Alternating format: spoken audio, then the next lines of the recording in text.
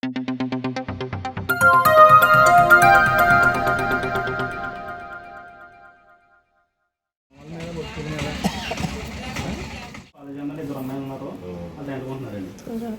ఒకటి ఉంచాను, ఏసీ తీసాను, టీవీ తీసాను, ఇది కూడా తీసేసాను. పవర్ సప్లై అంటారా ఇక్కడ అయితే మాత్రం ఎటువంటి అవకాశం లేదండి. అసలు ఎటువంటి అవకాశం లేదండి. చాలా ఒకసారి మీరు చూడండి, ప్రతిది కూడా ఆన్లైన్ ఉంటుంది. ఇప్పుడు వస్తుంది ఎలక్ట్రికల్లో ఇబ్బంది, ఇది సప్లై అవుతుంది కంపల్సరీ. ఆ ప్రాబ్లం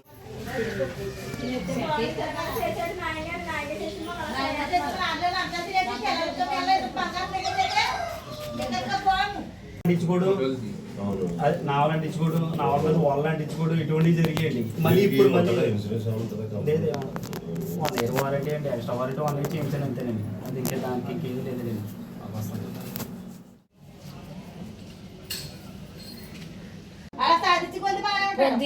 బట్టలు ఆ మిషన్ వాళ్ళు ఎంతమందికో సమాధానం చెప్పాలి.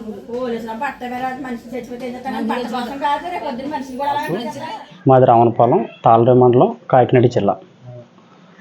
రాత్రి 1:30 టైంలో ఇంటి దగ్గర ఈ ఫైర్ అయిందని అన్నయ్య ఆఫ్ చేసిన తర్వాత, వాటర్ అది సప్లై చేసిన తర్వాత ఇప్పుడు అన్నయ్య కాల్ చేశాడు.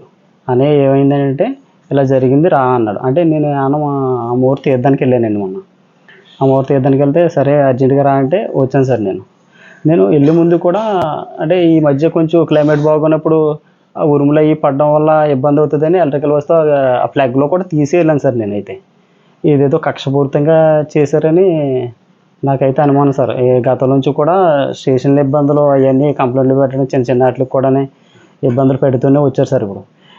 ఇప్పుడు మా గ్రామం విషయానికి వచ్చేటప్పటికి సార్, గతంలో ఎప్పుడో పూర్వం 30-40 సంవత్సరాల క్రితం నామలో అవన్నీ అంటించుకోవడం ఇవి జరిగాయి సార్. అవి కక్షపూరితంగా జరిగాయి సార్.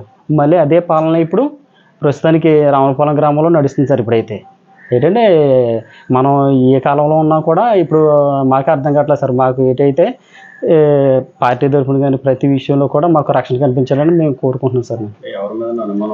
అనుమానం అంటే సార్ ఇంకా పలానా వ్యక్తి అని నేనేం చెప్పలేను సార్. అది అందరూ నవ్వుతూనే మాట్లాడతారు సార్ నాతో. ఇది నైట్ అయితే మాత్రం కంపల్సరీ అది ఫైర్ చేసి కావాలని మమ్మల్ని ఇబ్బంది పెట్టడానికి ఇవన్నీ చేశారు సార్. కావాలని చేసిందే సార్. ఇదైతే రాజకీయం సార్. ఇదంతా కూడా రాజకీయం సార్. అంతా గతంలో పలానా వ్యక్తుల దగ్గరికి వెళ్ళకపోవడం, కలగకపోవడం, ఇలాగ మేము ఒక పార్టీలో ఉండి ఇంకో పార్టీ వ్యక్తి దగ్గరికి వెళ్ళకపోవడం, ఇలాగ మేము వన్ సైడ్గా ఉండడం, ఇవన్నీ కక్షపూరితంగా చేస్తున్నారు సార్. ఇవన్నీ కూడా ఎంత లాస్ ఉంటుందమ్మా? ఉంటుంది సార్ ఒక ₹1,00,000 వరకు అవకాశం ఉంది సార్. ఎందుకంటే ఇవన్నీ కూడా బయట వాళ్ళు కూడా ఇచ్చారు సార్. ఇందులో మనది ఏంటంటే మెటీరియల్ లేసులు కానీ ఇవి కానీ మేము కొనుక్కుంటూ తెచ్చుకున్నాం సార్. అయితే బయట కస్టమర్లు ఇచ్చినవి సారీలు కానీ ఇవన్నీ కూడా ఉంటాయి సార్, చాలా ఉంటాయి. ₹1,00,000 వరకు మిషన్ అన్నీ కలిపి మొత్తం మీద ₹1,00,000 వరకు నష్టం జరుగుంటుంది సార్. ఈ ప్రమాదం జరిగినప్పుడు ఎవరెవరు ఉన్నారు మీ ఇంట్లోనే? ఇంట్లో అయితే మాకు రెంట్కి ఇచ్చాను సార్. 2 అమ్మాయిలు ఉన్నారు, కాలేజ్ అమ్మాయిలు. వాళ్ళిద్దరూ ఉన్నారు సార్.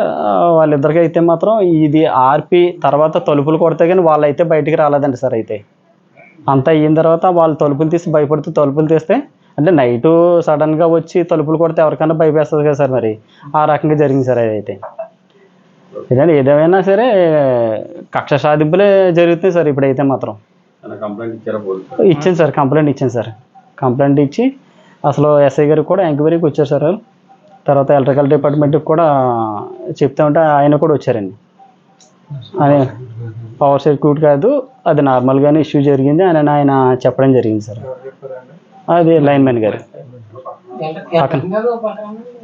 ఇక్కడే ఉన్నారు. శారీలు, జాకెట్లు మొత్తం అన్నీ ఉన్నాయి సార్. ప్రతి కొడతాం సార్. అన్నీ కాలిపోయినాయి. ఇప్పుడు వాళ్ళకి ఏం సమాధానం చెప్పాలో తెలియట్లేదు. రాత్రి 2:15 గంటలకి డాబా మీద పడుకుంటే ఆ వెలుగు డాబా మీద కాపాడి వారు వచ్చి మా ఇంటి దగ్గరికి వచ్చి లెగ్గొడితే వెంటనే వచ్చి తలుపులు కొట్టామండి. తలుపులు కొట్టిన దెబ్బకి తలుపులు తోసిన తలుపులు లోపలికి వెళ్ళిపోయండి. లోపలికి వెళ్ళిపోతే ఇప్పుడు జరగలేదు.